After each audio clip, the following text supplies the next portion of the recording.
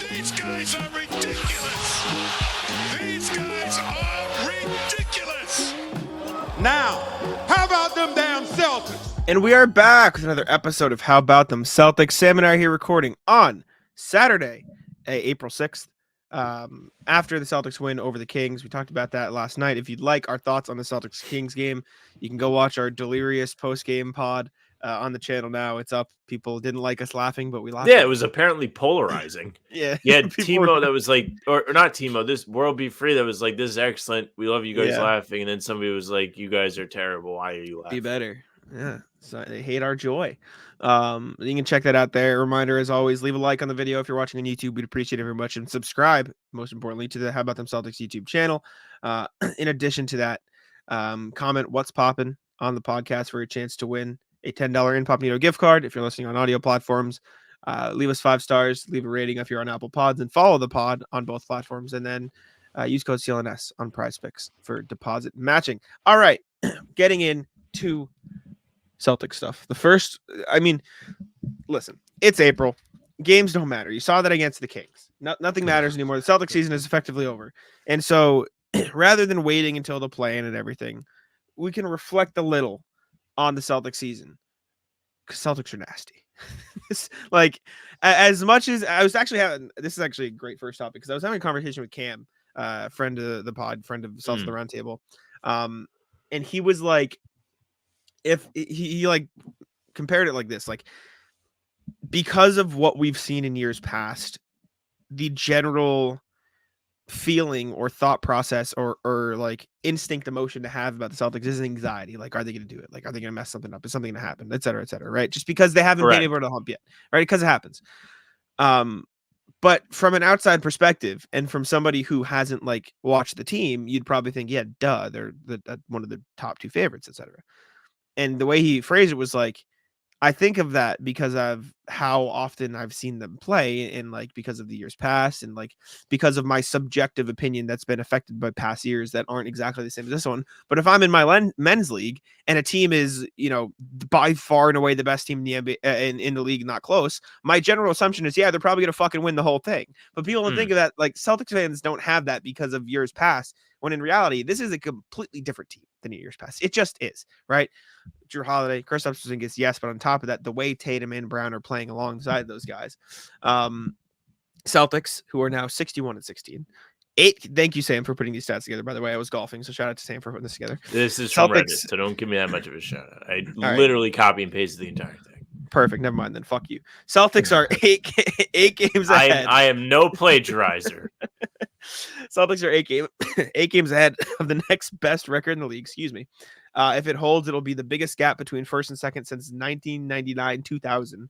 The Celtics are 61-16. The next best record as of today are the Wolves and the Nuggets, who are tied at 53-24. There hasn't been an equal or greater gap. Oh, this is the same thing. If the Celtics gain one more game on the field in these next 5 games, it would be the biggest gap since the 91-92 Bulls, who are full 10 games ahead of the second best Cavs and Blazers.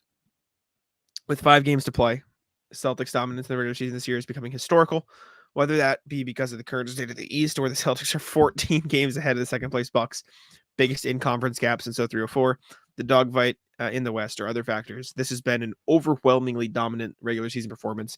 And I think that's a testament to what we talked about in the last pod of the Celtics being like, we don't care about anything except the game in front of us. And since we know we are better, I asked Jalen last night, like, or 2 nights ago, how they were able to like balloon these leads. His response was, in his own words, because we're pretty fucking good, because we're extremely talented, is what he said verbatim.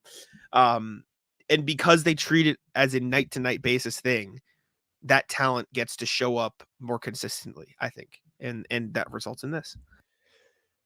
Yeah, I mean, the anecdote you shared with Cam is pretty interesting about the men's league. I really don't think of things like that, especially with the Celtics. I'm like, oh, they're probably going to piss me off the next couple months. But them having this large of a lead over literally everybody is kind of fun. It's fun that they're beating teams with their third stringers playing crunch time minutes in a game that the other team needs to win. And quite simply have been the balls this year. Like, Celtics really just don't lose that much. They don't make too many mistakes. They don't really make consecutive mistakes. You don't see a lot of avalanche type shit from them where it snowballs and snowballs and snowballs and they just continue to be terrible. And I just can't stop thinking about last year where it was like, hey, we're going to be better. And then they would lose and they would lose again. And then they'd say they're going to be better and lose again and do the same thing. This year, they have losses that have been similar losses where they'll lose in the clutch and we all lose our minds. And then they blow the doors off the team the next game. Like, it's very rare for them to actually lose back-to-back games. They've only done it 3 times this whole season. So, very impressive run we've got to watch. A lot to be excited for in the next 2 months. Can't wait for the playoffs to start. Plain and simple. I would love them to separate themselves from this 8-game gap because there was an amendment to this Reddit post saying the Suns did this 2 years ago and they got killed in the second round. Not killed. They lost in the game 7, but it was the Chris Paul hits the big 3 to cut it to 43 points. Yeah. Get to 9 games. We'll all feel a little bit better. I will say that was a weird year, right? That wasn't like a normal year. I'm pretty sure that was the COVID season. And so I'm not 2022 was the 20. Well, it was still kind of weird because they had all the COVID replacement guys at times. That's what I'm saying. It wasn't that weird in the sense that there weren't right. fans in the stands. It was like the first normal season since COVID. Okay, yeah, you're right. They just still had all of the COVID protocols and guys were still getting COVID. And when they would test positive, they would have to sign like CJ Miles. Like that was the year that Joe Johnson played on the Celtics for a game. Yes. Yeah, that's what I meant. Yeah, I don't know. It is weird that that happened to the Suns. I suppose. I guess like the COVID stuff could have an impact on win totals just because you could end up playing a very Mickey Mouse version of whatever team because COVID could wipe out an entire lineup if it wanted to. Yeah, I feel like that Suns team was different though. And I'm not saying you're saying it's the exact same thing, but like that was really the second year that Suns team was like good. Like that was the second year they were actually like a competent team. And they just happened to like be really, really good regular season team. I don't know. The Celtics team just feels far different because of the experience they have. It is just incredible, like how big of a gap they have in the East, especially. And I think that's a testament to this. Like the East is weaker than the West. Like it's just there are not as many good teams. But at the same time, like heading into the year, did we really think there was going to be this big a gap in the Eastern Conference? Because I know the answer is no. Like no. Like I remember we were talking about it. Like we did our rankings. Like I think we all thought, at least you and me, like the Celtics would probably be the 1 seed. Like they should be. I definitely the best did. Team. And I said they should win every game. They've disappointed me actually. But like even fuck you. Even realistically, like 14 games, a 14-game lead in the Eastern Conference is insane, especially considering the other talented players in the East, like Giannis in the East, right? Jimmy Butler and Joel Embiid. Joel Embiid got hurt, so like you can't discredit him for that. But like everyone thought the Cavs were going to be really good this year, and they have been, but they've been inconsistent. The Knicks made a bunch of moves to be better this year. Like the Heat, just everyone was like, oh, they made the finals last year. Maybe they don't care about the regular season, but like they don't care about the regular season this much again. Like it's just. It is wild how big of a gap they've created for themselves. Yeah, some of it is, like you said, testament to how great the Celtics are, but we'll get to it later in the show. Milwaukee's been awful. They have been so bad compared to what everybody thought they would be. It's kind of insane. There was another Reddit post I saw, and I didn't copy-paste it because it's similar to this, but this is going to be the first year in a long time. I think it was 2002, 2003, the last time there was only one 50-plus win team in the Eastern Conference. I mean, mind you, there are still enough games left where at least Milwaukee has 5 games left. They have to go 3-2 in order to win 50 games. The Cavs have 5 games left and 1, and it gets harder from there. So it's possible. Other teams could win 50 games, but it's not looking super likely. So a little bit of just an abnormal year in the East. Yeah. You know what else is crazy? So I've gone through like StatHead. You can look at like every season ever and you can rate by certain things, like how good his teams versus this. If the Celtics season ended today, they would have the 5th best margin of victory ever. Ever in a regular season. Like, you know how fucking insane that is? I don't want to talk about this. I don't want to talk about this. I don't want to talk about that this. Is insane. The 5th best margin of victory ever. And I had a dream. Sam, Yeah. I had a dream that they won the title, and I like cried in my dream. Hey Sam, do you want to know the worst part? Have all the other teams won the title? Every Well, other that team makes me above them feel won the title. better. I don't like Yep. when like the stats are like, hey, look at like where they rank all time in this, and they're like around a bunch of teams that didn't win shit. Every single team above them won the title, and might I add, let me double check my my thought process here. Pretty like dominantly won the title. Every single team above them. Would you like to guess the 4 teams above them? The one of the Shaq Kobe Lakers, the 71 Bucks. 71 70 bucks, yes. Kobe Lakers, no. No, Kobe Lakers. One of those, I want to say like 68 Celtics or a team. Mm-mm. No. No Celtics. This is going to be the best margin victory for a Celtics team ever. Best margin. Okay, ever. 72 Lakers. Yeah, 72 Lakers, 71 bucks. Yes, yes. And I have how many left? 2 more. Gettable, both gettable. It's one of like the back trilogy Bulls teams. 96 Bulls, yep. And Warriors, KD Warriors. 17 Warriors, yeah. The Celtics have the 5th best, and the teams above them are the fucking Wilt Chamberlain Lakers, the Kareem Bucks, the Jordan Bulls, and the KD Curry Warriors. That's fucking insane. Like, that is a ridiculous level of holy shit, they're murdering everybody. They That's better crazy. win, dude. They better win. I agree They with better you. Win. I agree with you. The Celtics are winning games by a full 1.32 more points per game than the 08 Celtics. I mean, I can't really like speak to the 08 Celtics. I was 10, but they did win the title, so I'll give them that. Yes. I'm going to stress you out even more, Sam. Of the 1, 2, 3, 4 teams with a better margin of victory, only one of them had to go through a 6-game series in the playoffs. No one went 7. Only one of them had to go 6. And that was the finals in 96. Bulls Sonics went 6. I would like that. 5 games and under, all series, please. Would be cool. That would be the greatest. Actually, like just 2. 3 Yeah, 2. 3-0 leads 7 across series. all of them, please. Would be pretty cool. Dude, 5th best margin of victory. I'm sorry. I'm like in awe that that's You know an what's gonna actual suck fucking is if stat. if they do go up 3-0 and then they lose game 4, the stress will be completely back. Yes. Like it just does not go away. Yes. 100%. Man, this is in fact a lot of stress. Yeah, what? Expectations are terrible, dude. I hate it. You're just adding expectations. It's just like, I mean, listen, the expectations are going to be there regardless. It's not your fault. They should win a title. It's time. But man, I don't want to know what happens if they don't win a title this year. I don't want to know. It's crazy. You know what's insane? The Warriors that won 73 games had a worse margin of victory than the Celtics this year. That is crazy. Like that just shows how many of those Hey, they were games, trying how many too more of hard. those games They had to be got tuckered out. Those fucking losers. Anyways, Prize Picks is America's #1 sports app with more than 3 million members. It is the easiest and most exciting way to get out on the action while you watch your favorite sports and players. You just pick more or less on 2 or more player stats and watch the winnings roll in.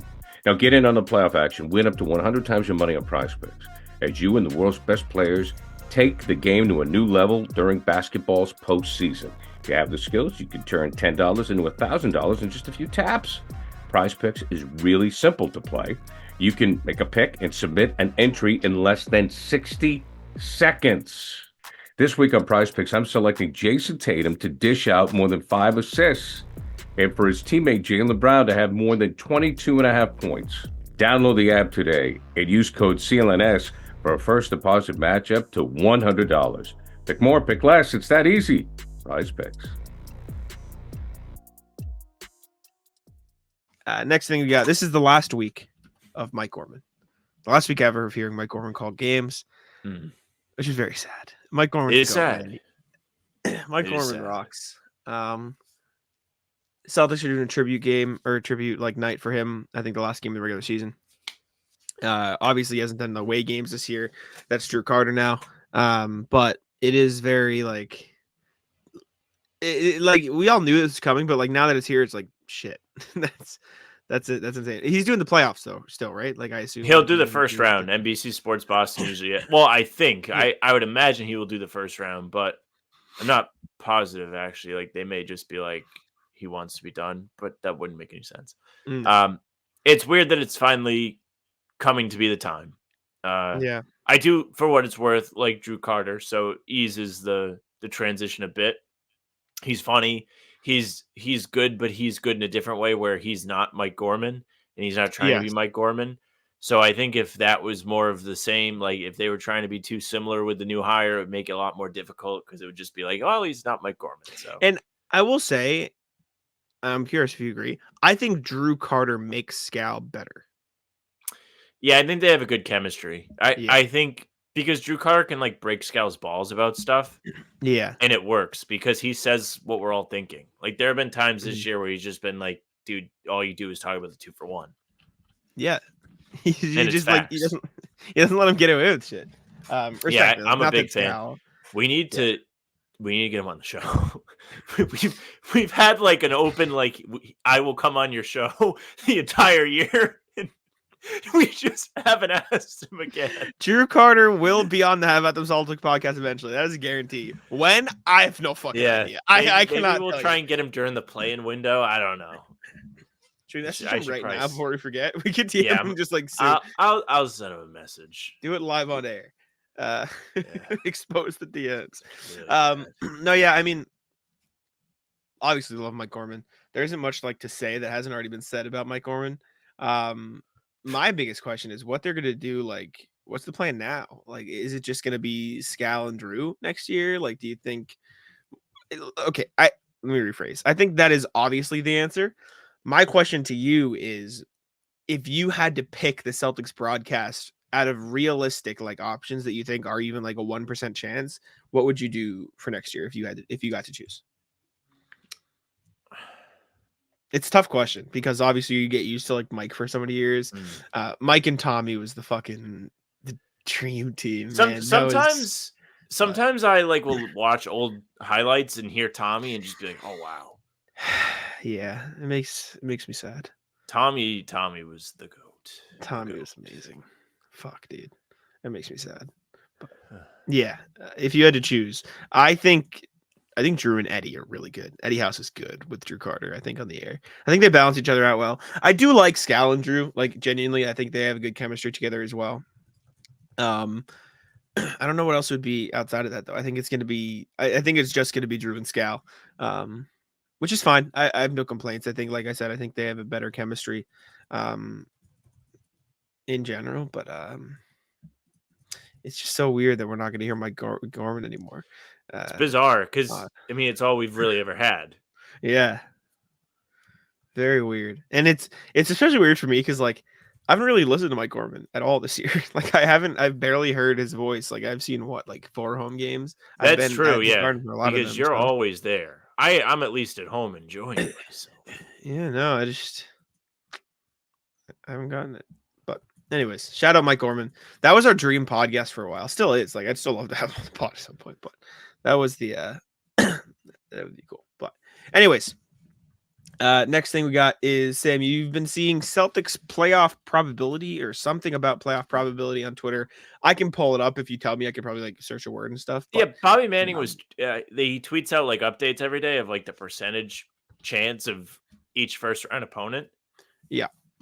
And it's obviously something as a fan or somebody that's covering the team, like you're curious who they're going to run into. But I mean, they still got to do this fucking playing game. Like, it doesn't really matter besides if they finish like above the 7 mark. Like, it doesn't really matter where they finish. They can play all 4 teams. Yeah, I guess it doesn't really make sense from that perspective. Yeah, Bobby Manning tweeted. It's not just Bobby. Like, this is not us like throwing Bobby under the bus. Bobby's a friend of ours. He comes on the show. We love Bobby. him. But I just see like people making a big deal out of this, and I'm just like, I don't know, dude. Like, it doesn't matter if Philly finishes 8th or 7th. There's a good chance that they don't end up playing the Celtics. It really comes down to who do you like to lose the 7-8 game? That is probably the most likely scenario. Yeah. And whichever one of those teams you're most scared of, unless it's, I don't know. I guess if you're scared of Miami could very well lose to a healthy Philadelphia. They just did. Do we really think this does not matter? This does not matter. Until these play-in games happen, it does not matter. Yeah, it says so. Technically, the Celtics have a 26% chance to play the Sixers, 20% chance to play the Hawks, 20% chance to play the Bulls, only 17% to play the Heat now. We can go over all this in the NBA like standings checking a little bit. 11% the Pacers, and also funny, 4% Magic, 2% Knicks. So like technically they could still play one of those guys in the first round. But it is looking like Philly now at this point. It seems like that's going to be the likely first round matchup. Which no, it doesn't. No, it doesn't. Well, like I think it's more likely that Philly wins the 7-8 game. That's why, like, I don't understand all of the fuss being made about this. Yeah. Like, if you're buying into Philly being better with Embiid, do you really think they're going to lose? And even if you want to look at it like this, right, you could be like, well, what if Philly is trying for a matchup? You don't think they're, like, licking their lips a bit at this Bucks team that's lost 5 out of 6? I don't know. I think I'd rather play the Bucks than the Celtics in the first round. It's a hot take. Agree. Have the Bucks and the Sixers, have Giannis and Embiid played in the playoffs yet? Yes, right? 2, 3 years, 4 years ago? It's been a while. I don't think they've played. Didn't they play after the Celtics lost to the Bucks in the second round in the ECF? No, that was no, because Embiid's never made the ECF. That was the Kawhi shot year. Yeah, so did they play in the ECF? I know that as soon as don't do that. As soon as it came out of my mouth, Giannis record against Joel Embiid in playoffs. They have not. They have not played in the playoffs. Interesting. That is crazy how they haven't matched up. I guess it's just because the Sixers stink and can't make it past the second round, and the Bucks are always a top seed too. So it doesn't make sense. But yeah, that is odd. Yeah, the play-in is throwing a wrench in everybody's like guesses for this shit. No one knows. There's no way. I don't understand. Like, there's like a huge disconnect. It's like, well, yeah, like they might finish in these spots, but they still have to play the game. They do. That's true. Anyways, all right. Let's check in with the email. A reminder: comment what's poppin' on the podcast for a chance to win a $10 Incognito gift card. We did have, Sam, one comment. So we do have an Incognito winner. The one comment, which was Noah, was the guy who told us that got mad at us for shitting on Cleveland. So shout out Noah. You won yourself some popcorn. hbtcpod@gmail.com. Again, hbtcpod@gmail.com. With your name and phone number, we'll get you hooked up with some popcorn. I said it twice because I wasn't sure if the music drowned out my my statement, but the second saying was a bright choice. Yeah. So email us, Noah. You get some $10 gift card. Anyways, I thought you meant Noah Dazzell. I was like, she got in on the fun. Hell no. She got a win. Lot of emails to catch up on since our last pod because our last one got messed up by Duke. First one, Colton from 5 days ago. Hey guys, we mean to hit y'all up since I went and watched the C's play in Atlanta. They dropped confetti on us, which was devastating, but I know the game didn't matter. It just sucks for my first in-person game. That does suck for your first in-person game. They dropped confetti on us. What a fucking line. That is crazy. I was wondering if you guys ever thought about uploading the Celtics to the Roundtable episode to Spotify. That's where I personally do all my listening to you guys, but if I get it, if you all don't, I still need to leave you guys a review on there. Please do. Lastly, Sam has been talking about the Sox a little. Have you? I think I have. I was wondering, or maybe you have. I was wondering if you guys might kicking it back and forth. Yeah, dip your toes into the baseball water. I can't find a good Red Sox spot to save my life. Really don't like Red Sox. I mean, other people don't. Any suggestions? As always, thanks for the great show, guys. Colton. I guess I don't know. We've never really thought about uploading Celtics to the Roundtable. We're talking season Spotify. I feel like they're just YouTube shows, but like maybe I don't know how we do it. It's tough because I feel like I'm not sure the Roundtable would work on Spotify because we're like playing games and there's a lot of dead air. Yeah. Talking C's might because it's more of a talk show compared to like a fun. I mean, we do trivia at the end, but I don't know. And we don't know enough about like professional baseball to talk Yeah, I don't know enough about intelligently baseball about at it. all. I mean, listen, you could say we might not be the most intelligent, but we have an idea of what we're talking about when it comes to this stuff. I can't tell you dick about how free agency, arbitration, even how much the draft matters in Major League Baseball. I have nothing for you. I like it. I like playing the video game. I can get behind the Red Sox, but I don't know enough to actually speak on it. If you like baseball, we got ice. We got ice. Go listen to shout out Lorenzo. He just started a new podcast called Swamp Donkey Radio, where he talks about the MLB. It rocks. Go check that out. He's a beast. If you want, I can give you I've watched a few games this year. I don't know enough to go in depth, but my brief thoughts. If we want to do this quickly, Reese McGuire's good, hitting the ball well. Tyler O'Neill, good, hit ball well. Sedan Rafaela run real fast in outfield. Emmanuel Valdez hit. The one game I saw, he hit a home run, so that was cool. I saw Kenley Jansen almost blow a save in overtime against the overtime. Yeah, disgusting that tells you what you need to see. Oh boy, and that's about it. That's all I got for you. Good baseball. I'm gonna put the game on tonight though. I think because they play at 9, and I'll be just typing away. So there's your Red Sox talk called. Next email, RJ. What's popping? This from 4 days ago. Good, boring basketball. Even fellas, another Monday night in Charlotte, but this was a much more sedate result. I didn't know that could be used as an adjective.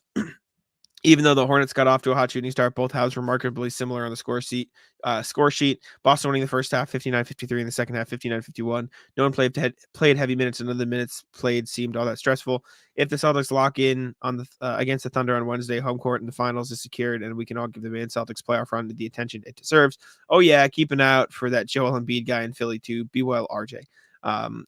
As funny as it is, because this game's all the biggest thing I took away from this was shit. We should probably talk about the main Celtics because they just won their first playoff game in 7 years, which is insane that happened. So congratulations to the main Celtics.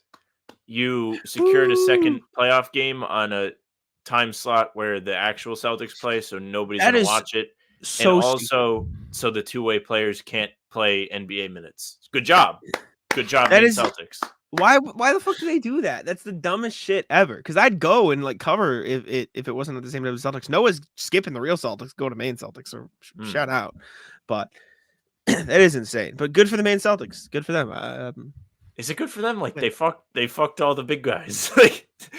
This is a perfect stretch of the season for them not to be playing up in Maine. They'll have plenty of time. They got the Wizards still. They've got some shit games. In all seriousness, it's good that they're playing meaningful games up there. I like that they're going to get to be able to play a little bit more intense basketball. Guys like Nemi, JD Davison, who is playing through an injury, Jordan Walsh, and Drew Peterson. It's good that they're getting intense reps. That's why I was such a big fan of Friday's game at the end, because though it didn't go very well, it was nice to see some of the role players get their hands on some important minutes. Definitely. Next email from RJ again. Let's pop and we get to see one of them. Evening, guys. Simple question for you. Between the Heat, Sixers, Hawks, and Bulls, who you expect the Celtics will see? That's all be well. Who will now accept that Embiid is back? I don't fucking know. They have to play games. That is the answer. Well, I think that's what this is not the same thing as the other thing. I know. I'm just breaking his balls. Probably my honest opinion. I think they're going to play the Heat. If I had to guess, I think the Sixers are going to win the 7-8 game. Actually, and I guess the Pacers could technically fall in. They could fall in still. So I think if the Pacers or the Heat, whoever falls into the 7-8 game, I think the Sixers will win it. Is the point, and I think that'll be it. Yeah, because RJ's little tagline is "Who will now accept Embiid is back." Well, if you're accepting Embiid is back, you have to assume that Philly's going to win in the play. Yeah, I think the more interesting question is will Philly beat Milwaukee in the first round if they play? No. You don't think so? Are you the same fucking guy that was telling me that you don't care Embiid's coming back? Yes, but it's not a testament to I think the Bucks are going to be infinitely, or the Sixers are going to be infinitely better. But I just think the Bucks stink. I think they stink, but I don't think they stink that bad. I think think I will say I think you'll get a good series. I think you're going to get a Yeah. series that's going to be a pain in the ass for both sets of fans. Let me to ask you watch. this then: if the Heat win that game, do the Heat beat the Bucks? No, Really? I don't know, man. Oh, like wow. I think the Bucks lose first round again. I think they're cooked. They're terrible. I think it would be funny if they lost in the first round again, but I just I'm not going to believe that they're dead until they're dead. It's how I should feel about the Heat, but I just feel that way with the Bucks. Like the Bucks have been bad. They've lost bad games. They've had bad losses, but at the end of the day, they still have like a lot of talented players on their team. A lot of those players have experience playing together. And though it's not the same, the defense is not the same level it's been. They still have Giannis. I still have a lot of respect, oddly, for Brook Lopez. Don't know why, but I just think he's going to be a good player, and he's a good player to have against Joel Embiid, as is Giannis. So I think they match up well against Philly, to answer your question about that. But I don't know, man. I can't wait to watch playoff basketball because then we'll be able to answer some of these questions. That is my answer. Yeah. Big non-answer for me. It's getting there. RJ again, what's popping? You may be right. I may be crazy. Morning, fellas. Here's a question for you and really all sports fandom. Who your current, quote, irrational favorite? Who's your, quote, irrational favorite? I mean, it's easy to love the big name superstars like Steph, Luka, or the Jays, but fans always seem to pick up that one player who speaks to them. Doesn't matter why. No hating on this one. My current guy is Nimi. I think all of Australian Celtics fandom is united behind Jordan Walsh. Who are yours? Be well. Still a fan of Paul Silas, Kevin Stakem, and Jeff Judkins. Are we talking just do one Celtic, one non-Celtic, I guess. This is tough. I like thinking of throughout the league. It's hard. You're telling me.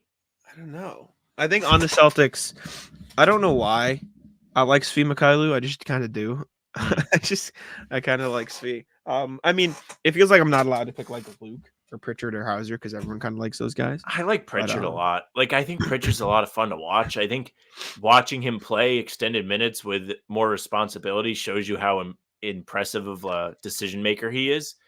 Yeah. He's incredibly patient with the basketball. He's excellent at doing the Steve Nash through the paint dribble and keeping his dribble, not picking up his dribble. And I think that takes a lot of poise. So I have a weird trust in him. If I had to pick somebody that's not Peyton Pritchard, I would pick Jaden Springer. I think Jaden Springer is a lot of fun. I think he brings good energy.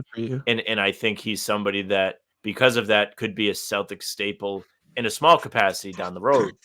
As far as the entire league goes, I almost kind of root for Doc, even though he's a part of the Bucks, because I have an affection towards Doc. I'm not defending him. I don't think he's done a good job with the Bucks, but he overall seems like a pretty decent guy. I know his quotes this year have been electric, but overall, he's fine. I see him as the coach of the Celtics when I was a kid, so that's one answer. Aside from him, I was going to say Draymond as a joke. Do a non-star. Shouldn't be. Non-star. I have an answer for you first. Josh I don't. Jesus Christ. I don't know why. I just like Royce O'Neal. Don't know why. I couldn't give you an answer. I just think he's good. I think he does everything well. Okay. And he's fun. I have no idea why or for what answer. But Royce O'Neal. I like Royce O'Neal. Pat Bev is just a guy I think would have been a great Celtic if he came here in the summer too. So that's I just think of guys I would love to have on my team. He's one of them. I know we said no stars, but I always find myself liking Embiid as a player. I think he's funny. I think he's entertaining. I think he has good charisma. I like Halliburton a lot. Halliburton's a good one. I've always been a fan of Durant's. It's hard for me to Jalen Johnson out of Atlanta. Jalen Suggs is nasty too. I like him a lot. A dog. Yep. Also, I know. I mean, I kind of like Jimmy. As much as they're a rival to the Celtics, I have a respect for the way he plays and his intensity. Another guy I think would be a lovely Celtic. People would fucking love him here. There's a lot of good answers to that question. I was gonna say I know they beat the Celtics, rivals. but it's hard for me to dislike Steph too. I don't know. I just always like Steph. I have a respect for Steph because of all the championship success he kept LeBron. It's good. Respect. There you go. Next email. RJ says, "What's poppin'? Breathtaking ball morning, guys. I hope your weather Thursday morning isn't too horrible. Just got a chance to watch the fourth quarter of the Thunder game, and my goodness, that was some fabulous basketball. Touch passes by Porzingis, the defensive swarming by the entire team, the overall speed of play and execution to find the best shot. In 4.5 minutes, the Celtics won on a 20-3 run to take it from a seesaw battle to a blowout, all without really breaking a sweat. One thing that stood out during the entire game was how quickly the Celtics were able to advance the ball against OKC. Even when they were seeking more one-on-one mismatches in the third quarter rather than letting the ball find the open shooter, they got into those ISO hunts a lot faster than I recall seeing in the past month. I hope this becomes a habit. Now it's time to cheer on the main men, make the playoffs, and you upgrade from the lads to men tonight. Go all the Celtics. Be well, RJ, where you can see me sporting my dude Dunk Kings jersey. Yeah, RJ put that on Twitter. You see him in his Dunk Kings jersey? Love that. He's dripped Shout out. RJ. Beast. Those idiots in Maine just keeping themselves from getting NBA reps. They actually should tank. Is there a G League draft? Yeah, technically every year. What's poppin'? Roster juggling. Evening, guys. I think there is actually. I don't know if there is every year. Evening, guys. Nice to see winning is happening at all levels of the Celtics organization. Now, will the main men help out the main Celtics on Friday? Thanks to the G League playoff scheduling, the Lobster Lads don't play again until Sunday, 4/7, which means the law firm of Cada, Davison, Peterson, and Walsh can all be active for the Celtics against the Kings on 4/5. Still have a day off to prep for either Long Island or fly down to Osceola. I do hope Walsh and the two-way trio, man, I'm working for alternative alliterative. Fuck you, RJ. Alliterative names here. Get some run against Sacramento, but to help the Celtics starters, give them some rest and show off how well they work as a bench unit from the home crowd. They've earned it. Provided, of course, the Weather Channel isn't broadcasting Friday night's game. Be well, and RJ and a fan of all Celtics basketball. Jordan Walsh played, so that's good. But other than that, Yeah, nothing. Help them collapse. Good work. He did, and he got Helping the yanked. wrong team tank. Yanked out. Last one, RJ. Learned by doing. Evening, guys. Of all the games Celtics have played this season, Friday against the Kings may have been the most fun to watch. Sam Agreed. Hauser's shooting was atrocious. The Celtics defense on corner threes was somehow worse. They managed to go 12 minutes, 6 at the start of the game, 6 at the end, and score all of 7 points. And it was still fun because the winning makes everything fun. We've heard Coach Mazzulla's mantra of letting the players figure it out. Tonight, we got to see the likes of Pritchard, Hauser, Brissett, Mikhailo, and Tillman Sr. cobble together the winning shot out of grit, hustle, and teamwork. Yes, they set a 19-point lead on fire to get to that point, but they found a way to secure the victory against the Kings starters who needed this game infinitely more than the Celtics. The Celtics stay ready, guys, however, wanted it more, and that's what paid off in the end. Be well, RJ. I saw you tweet it out. Sam Hauser did have literally the worst shooting performance in the last 77 years. Second worst. No, it's worse than the last 77, second worst ever, right? Wasn't it? I'm pretty sure they've only played 77 total seasons. Oh, then there was some stat in there that was like sent something this.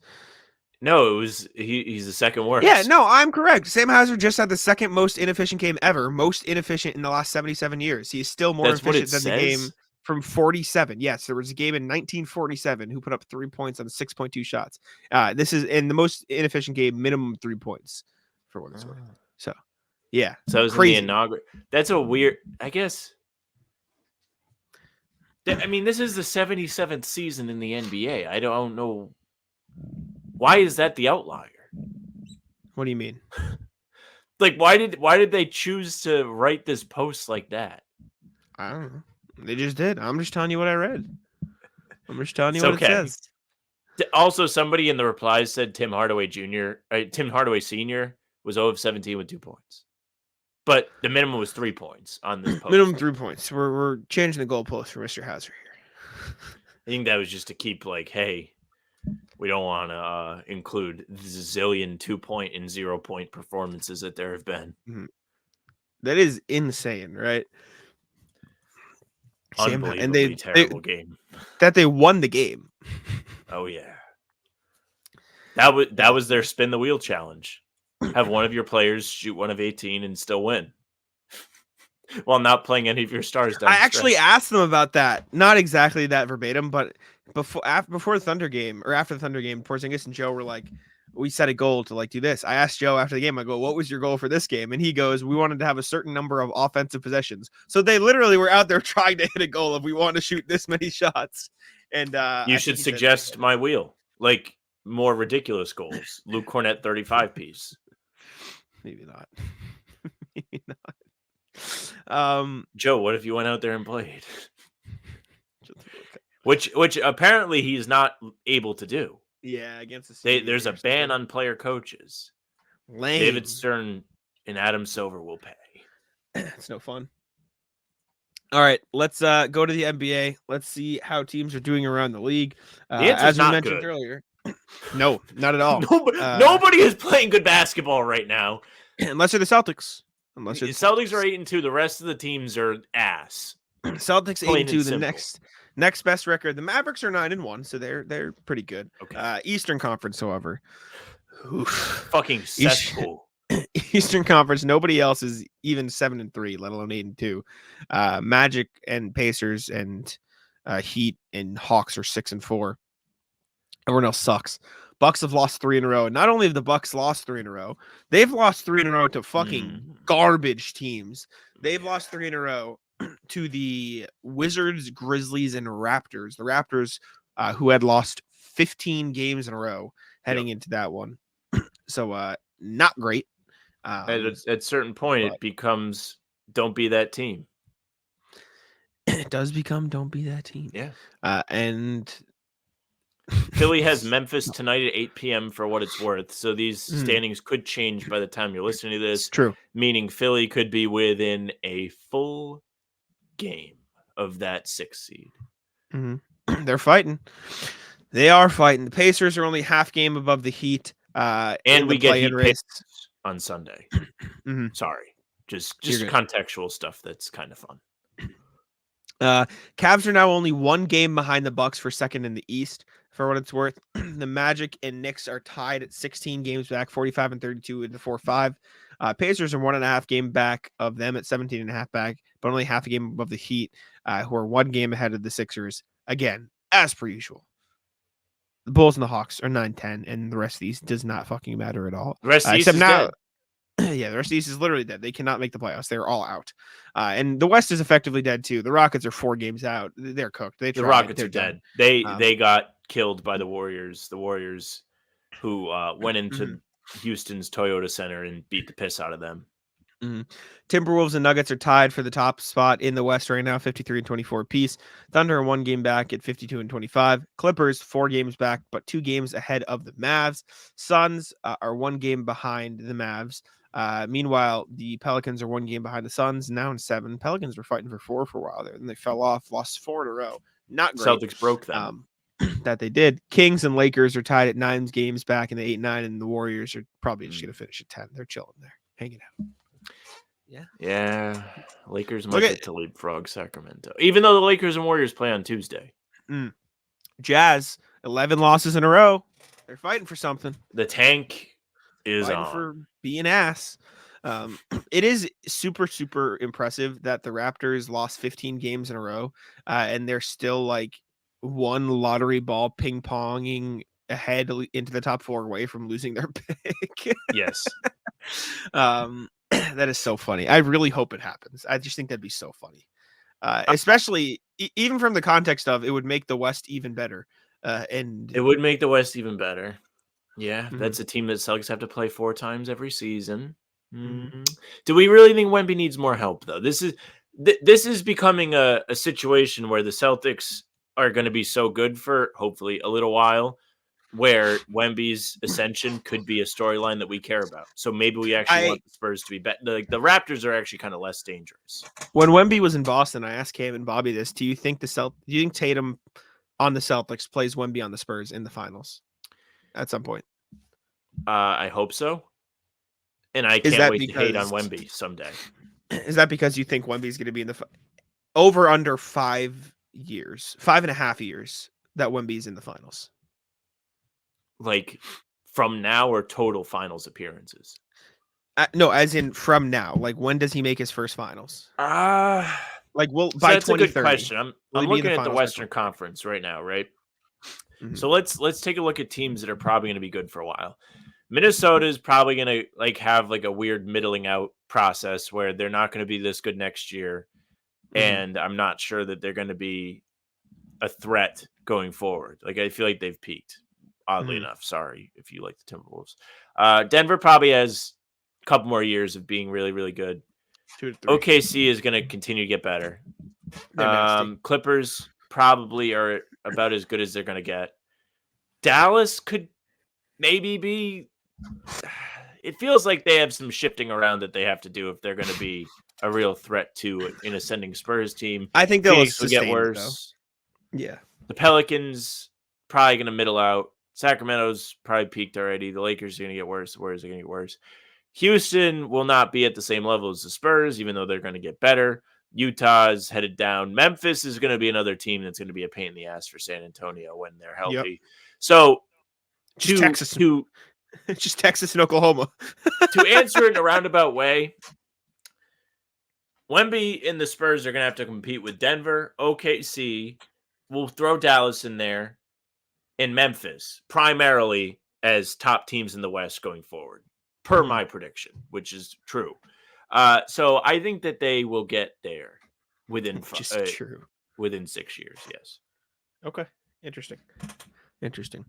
Because the amount of fingerprint impact type stuff that Wemby just has by standing there makes teams have to play a completely different game.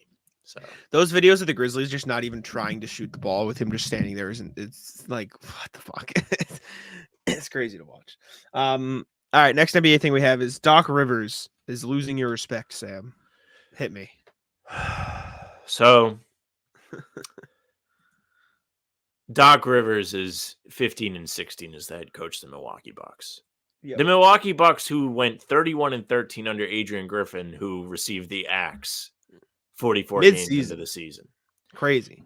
For his first season as the head coach, by the way. So this is a little recap of Doc's thoughts on what his team has gone through. They've lost 5 of the last 6. This is from Eric Nem of The Athletic. Doc says, the last 3 were against 3 bad teams. To me, that's inexcusable. For all of us, as I told them, this is on me. I got to figure out what we got to do to play at a higher pace. Doc Rivers on what this 3-game losing streak has him feeling at the moment. I'm frustrated, and they're frustrated.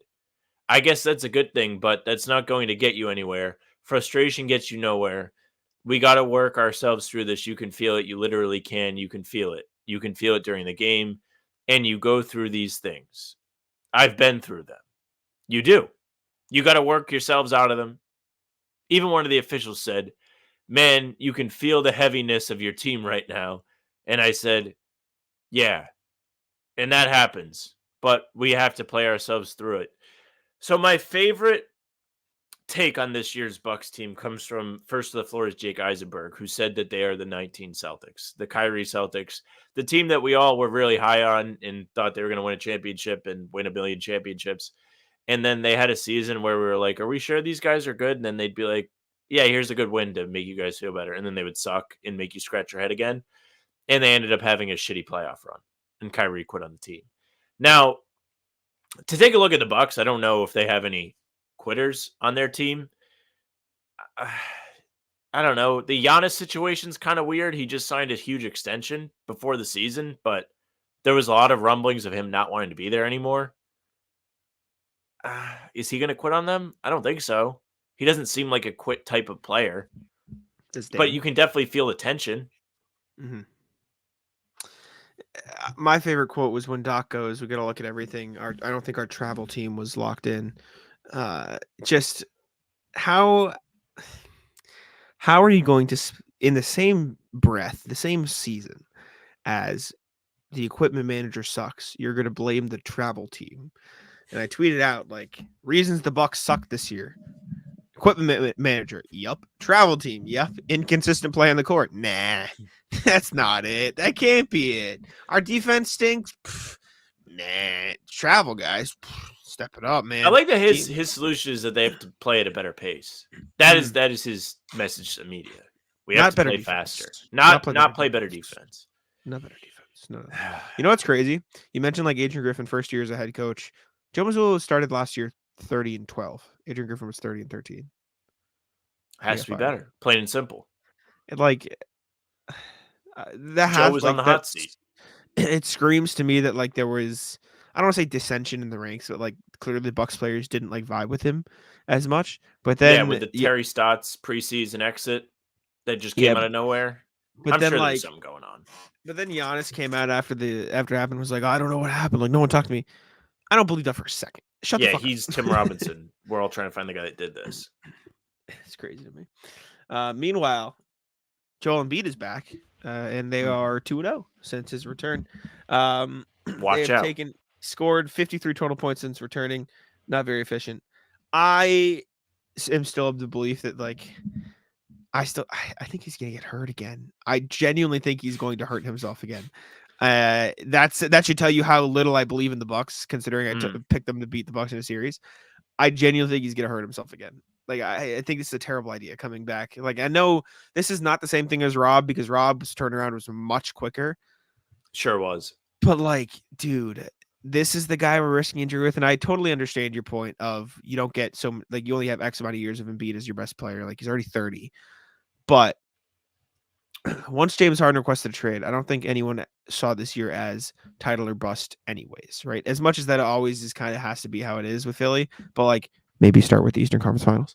I don't know. I just think it's very risky, and I think it could blow up in their face.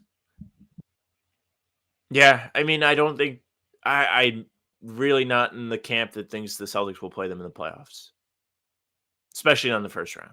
I just don't think so. I don't think that they're going to lose the playing game. I don't know. I just don't. Sounds stupid. Sounds just like talking out of my ass. Philly's been pretty good with Embiid, but it is the playoffs. Philly sucks in the playoffs. It's just really hard to think anything at this point. The guy's coming off an injury. You don't know what he's really going to be playing in an intense situation.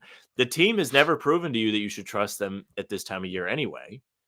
And then you have this weird play-in situation that you don't even know if they're going to win or lose, what team they're going to play in the actual first round of the playoffs. I guess technically if they'll even get in. I don't know. I don't know what to think. But the fact that he, being the absolute monster that he is, has not been very efficient since coming back makes you think a little bit. Of course, there's going to be growing pains. There's going to be a little bit of getting up to speed. But on the season, he's shooting 53% from the field. Between these two games, he's hovering around, I think, 44%. It's a little bit of a dip, especially for a guy that plays right inside next to the basket for most of his baskets. Of course, he dabbles in the mid-range. He does shoot threes. And in these two recent games, he shot 3 threes in the first one, 6 threes in the second one, and he only made 3 of them. He took 14 shots in his first game back against OKC, who had nobody playing. Also, not for nothing, had Chet guarding him probably for most of the game. And then 11 of 25 against the Bam Heat. So, not the same dominant, efficient Embiid that we've seen. It's not. But I'm worried. I like Embiid. You like Embiid too. I'm worried he's gonna get hurt again. I think he's a likable guy. I think he's funny. I think he doesn't take it all too seriously. He's willing to have fun with it. Yeah. If he was in the West, I'd root for him. Next thing, Donovan Mitchell is gonzo. This is what I put on the sheet. I fell to my knees when I read this in absolute shambles. From Bleacher Report, quote, the buzz in NBA circles suggests that barring a run to the NBA Finals, Mitchell will decline an extension and look elsewhere, and the Cavaliers are more likely than not to move him well before he can leave outright as a free agent. Shocker, like you said. Yeah. Just duh. I like that Dan Gilbert was talking last week that was no, I think he'll stay. Get an extension done. I think my biggest thing is, where does he go? Who trades for Donovan Mitchell? Is it the Knicks? Is it just as easy as that?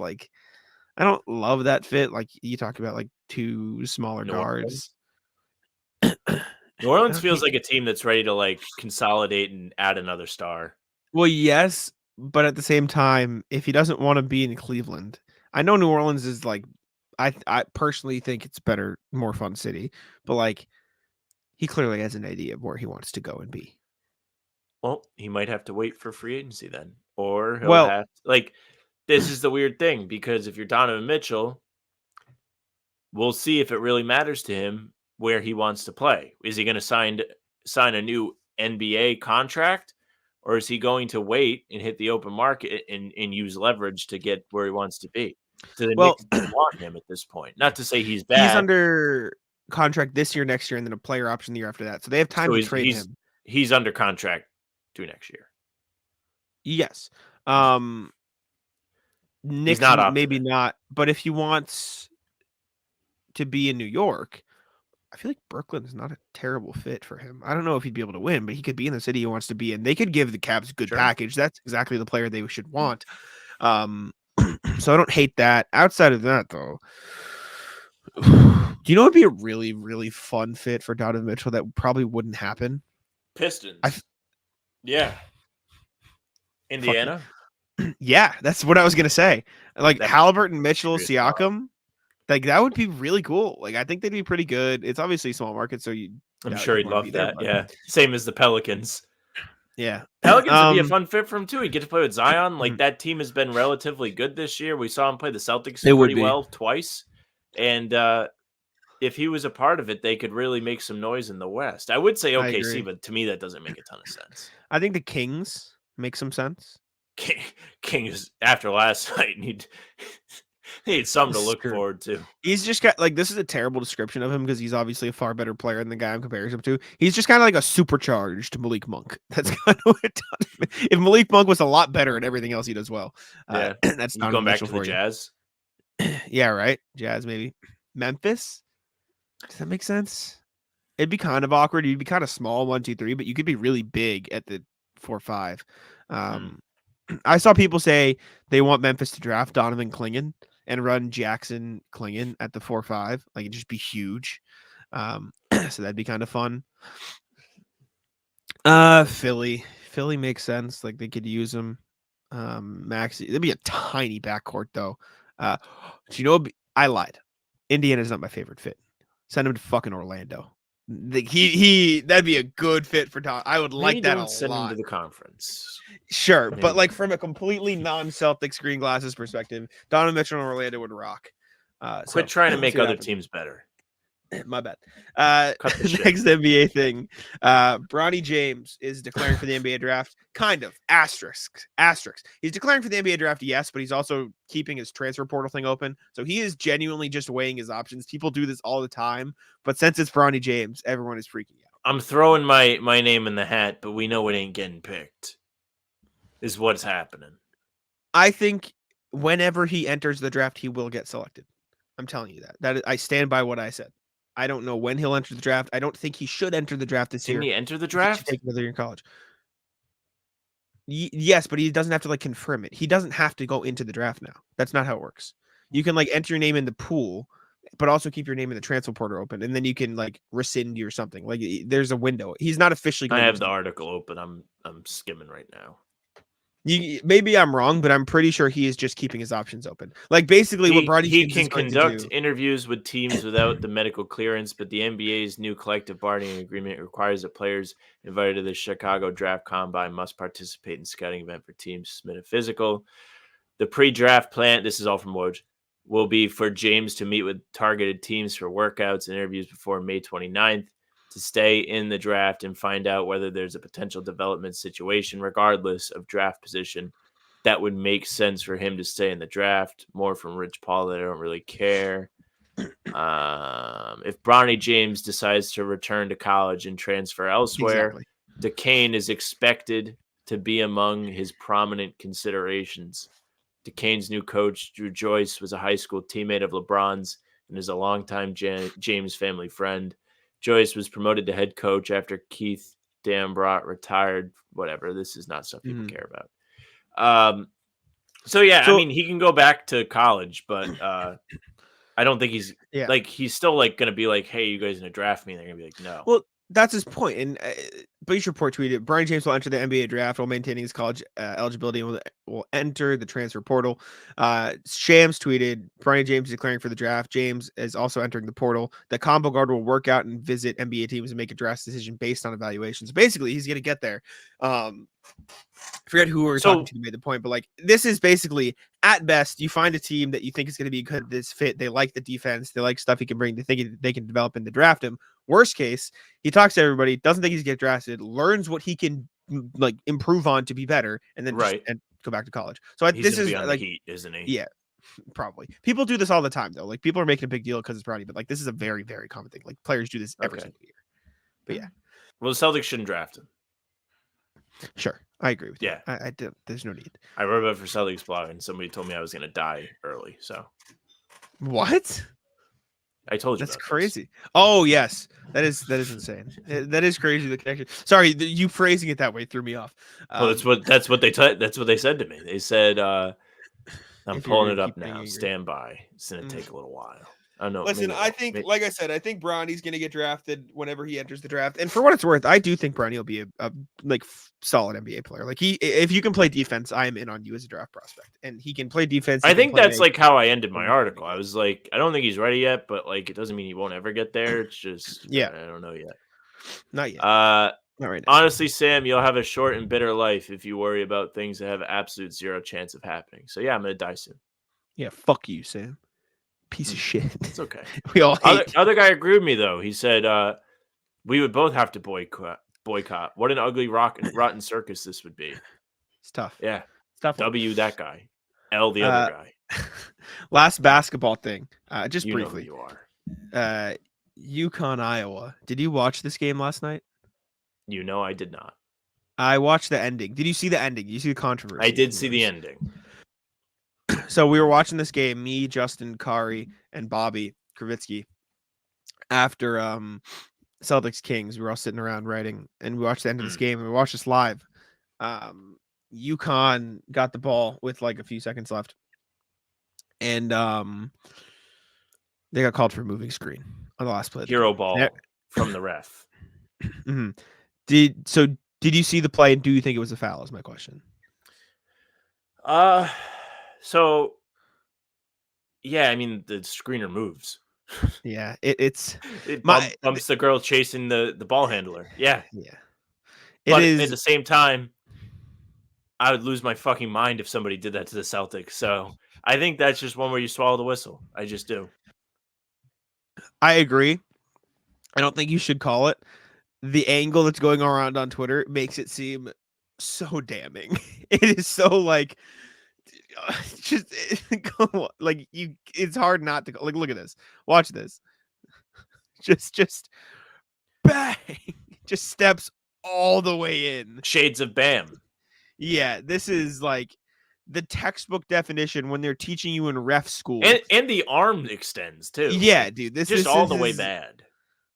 Like it didn't look bad from this angle. This is the angle they showed on TV, and everyone was like, "Oh, how is that a foul?" And then you see this angle of it from like this side, and it's just like, "Oh, well."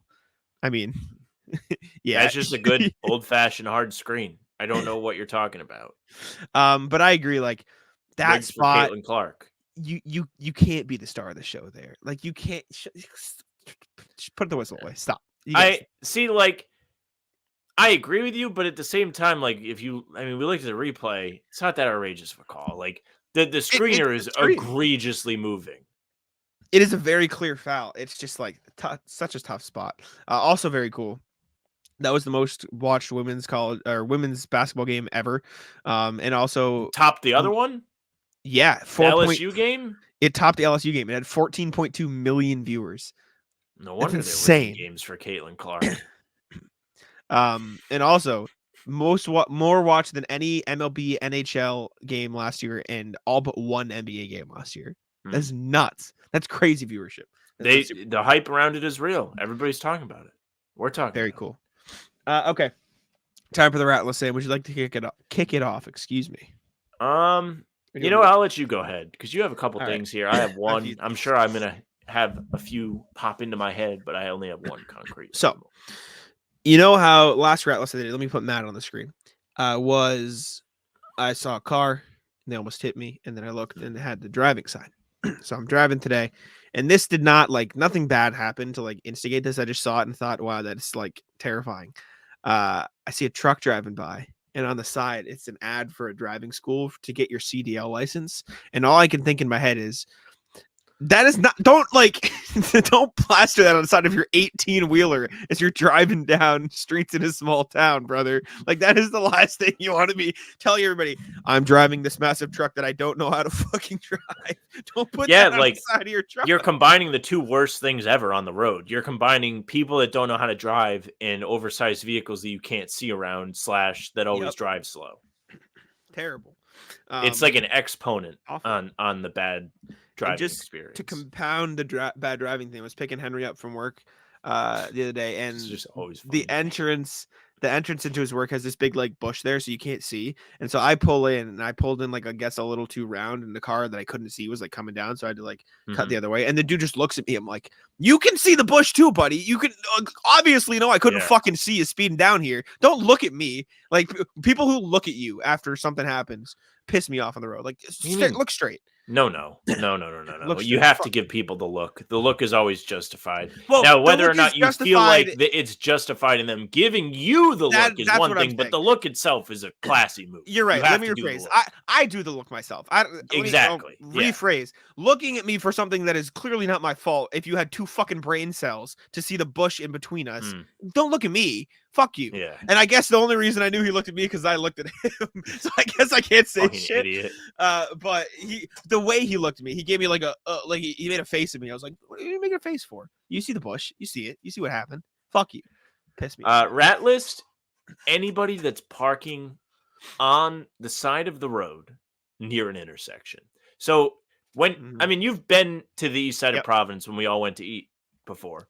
Yep. That area is very busy. There's tons of cars that park over there.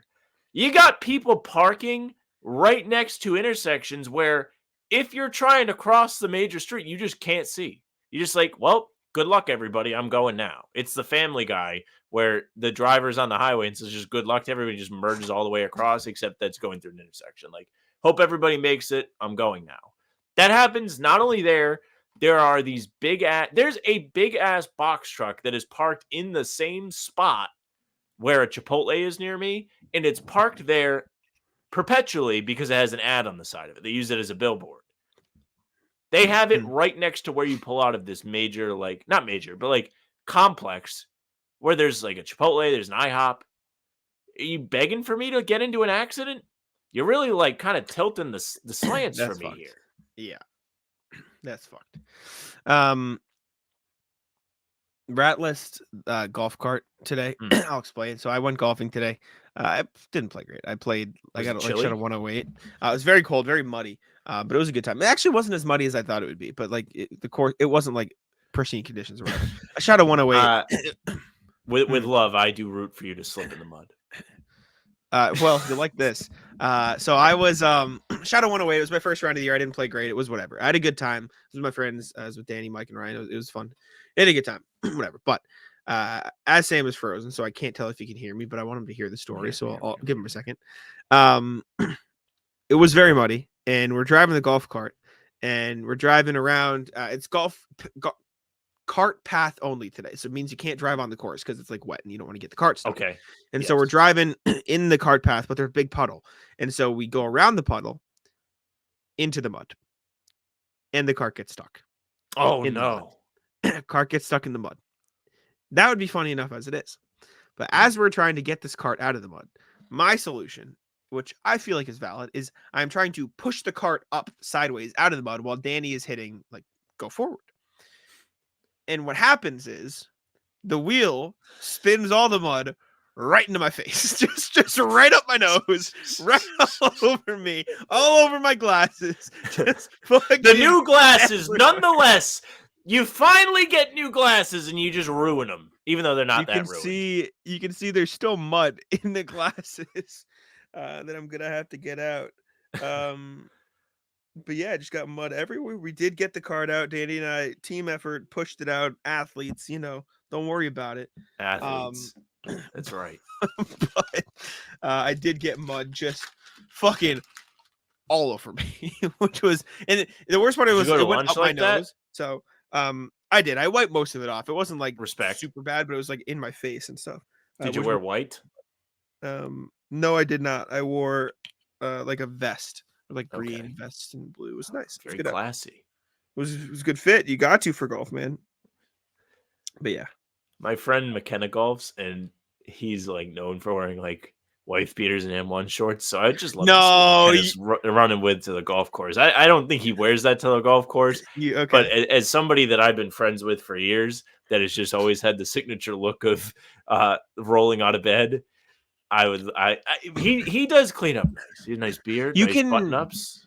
you can get away with some stuff at the golf course. Like you don't have to dress up super nice. You could probably like wear a t-shirt and like cargo shorts or something at some courses. Basketball shorts. What if you want to sprint and get to your balls faster so nobody has to wait for you? No, you probably can't wear basketball shorts. That's probably frowned upon. But yeah. I love when things are frowned upon. Because like it's not like a real rule, but everybody just kind of like looks down on you. Well, in some places it is a rule. Like some courses just won't let you out. Correct. Which is a rule. It's not frowned upon. It's you cannot. Frowned upon is you can do it, but we're gonna be displeased. There are some where it is like displeased, and you'll probably just get like dirty looks. But yeah, which is funny. If you don't care, fuck it. Yeah, if you don't care, fuck it. Then I guess it just depends on the course. Oh man. Rat list is Shaq. So I don't know how much of this you've seen. Probably not a lot. Lots of stories coming out about Shaq. I think some of them were directly from him, where it's like he was like a real dick to his teammates. Like he was big on like locker room hazing. So there was this story that Matt Barnes told where Shaq took a teammate's mouthpiece, put it in his undershorts, like the legging shit, took a practiced with it, and then like gave it back to him, and like the guy like put it in his mouth. Like I don't think he knew.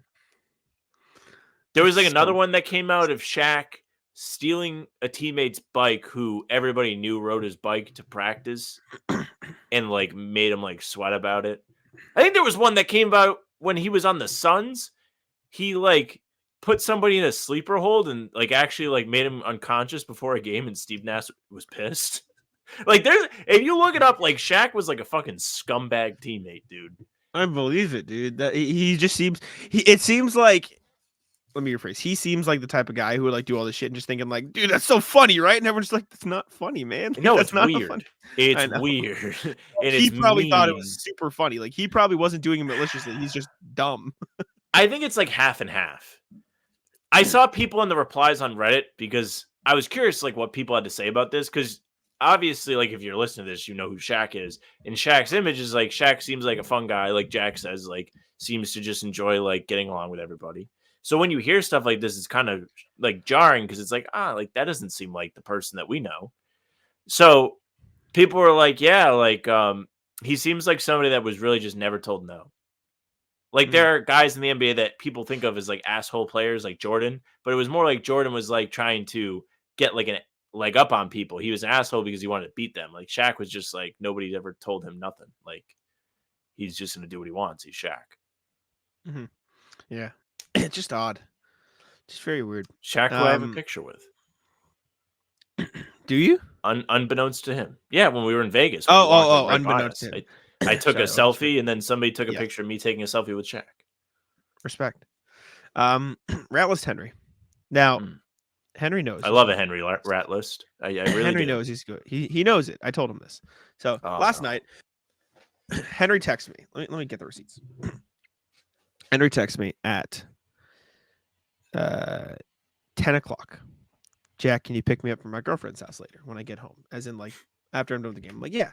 I was like, it'll be like 1:30, but like, yeah. And he goes, yeah, that works. Perfect. I'm like, okay, cool. And I've done this before. I picked him up from the house before, right? Like after games. It's fine.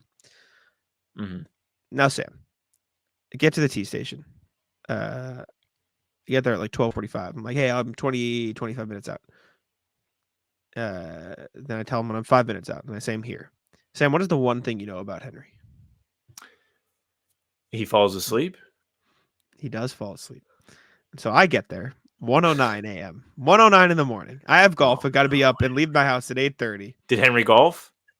He didn't. No, but I had to leave at 8:30. I had to read my articles. 1:09. Text him here. let me make it dramatic effect. Let me pull up my logs. Call him. 1:15. Ring. Nothing. Hang up. Text him again, sir. 1:30. 1:49 rolls around. Text me. I'm coming. I fell asleep. I sat in front of Henry's girlfriend. Well, he has a medical condition. You can't get mad at him. For 40 fucking minutes waiting for this asshole. 40 minutes. Same. I had to write articles. I brought my laptop out in the car and started writing on a hotspot so I could get it done before too late. Some dude passed me on the road, pulled his windows down and said, "Do you need help?" I was sitting in front of this fucking house for so long. 40 minutes at 2 a.m. Damn. I didn't give him too hard of a time because like he obviously felt super bad. Like he got in the car and goes, "I'm sorry, I didn't mean to," because like it happens. Like it's not the end of the world. But like, dude, you asked me to pick you up at fucking 1:30. Not you. Henry's the man. Come on, man. Plain and simple. This fucking guy. He obviously didn't mean to, but I told him, I go, you know you're going to the Rattlers for this, right? He goes, yeah. Yeah. I know. You just gotta know. So yeah, Rattlers Henry. Sorry. Love you. I got nothing. That was a good closer. That's all I got. Shout out Henry. I love him, but Jesus fucking Christ. I was so tired. Thank y'all for tuning in. We appreciate it very much. Make sure to leave a like on the video and subscribe to How About Them Celtics. Check us out on podcast platforms. Follow us there. Leave us a rating. We actually got a new Apple podcast review the other day. I love the podcast reviews because it helps us grow on podcast platforms, and that is quite literally like one of the only ways I know that like helps you grow on podcast platforms. The review was great show, always honest. So you always get honesty here. Always Fuck honest. yeah. Appreciate Oh, y'all. speaking of honesty, Tillman game winners 1, Tatum 0 this year. Fuck you. Can't believe I didn't think of this. Well, I mean, I guess I said it on the show last night, but You did. just in case you forgot, Thank y'all for Tillman tuning 1, in. Tatum 0. I will let Sam wrap it up. Hey, thank you very much for listening or watching. If you're watching, make sure you subscribe to our YouTube channel, hit the notification bell so you don't miss any of our new uploads coming at you every single day at 5 a.m. We have these pods coming out Tuesday, Thursday, Sunday. We have game recaps the morning after, and we have everything else all the days in between. Plus, we do a ton of live stuff. Talking C's is live Monday, Wednesday, and Friday in the morning, usually around 11 a.m. You can always find those scheduled on the channel. If there's a time change, it'll be scheduled differently. You can find us on Tuesday nights around 6 Eastern for Celtics at the Round Table. A ton of the Celtic Avengers come to town, hang out. We play games and stuff. It's fun. And me and Jack, the two of us, we are live a half hour before every single game for pregame, which is not pregame. It's nonsense talk. So come hang out. Spotify, Apple, like Jack said, leave a review there. We would appreciate it very much. You can find all pods and game recaps there, audio only. You can find us via email, hbtcpod@gmail.com. Reach out to us with any thoughts you may have on the Celtics, rat list stuff, just general stuff, whatever you may have to say. We do love to hear from you guys. You can find us on socials at How About Them C's, Twitter, Instagram, and TikTok. The Facebook is just the name of the podcast. All of our streams are there. They're on YouTube, and they are on Twitter. Jack's Twitter is at JackSmoneNBA. Mine is at Sam LaFrance NBA. That's it for us. Tic-tac.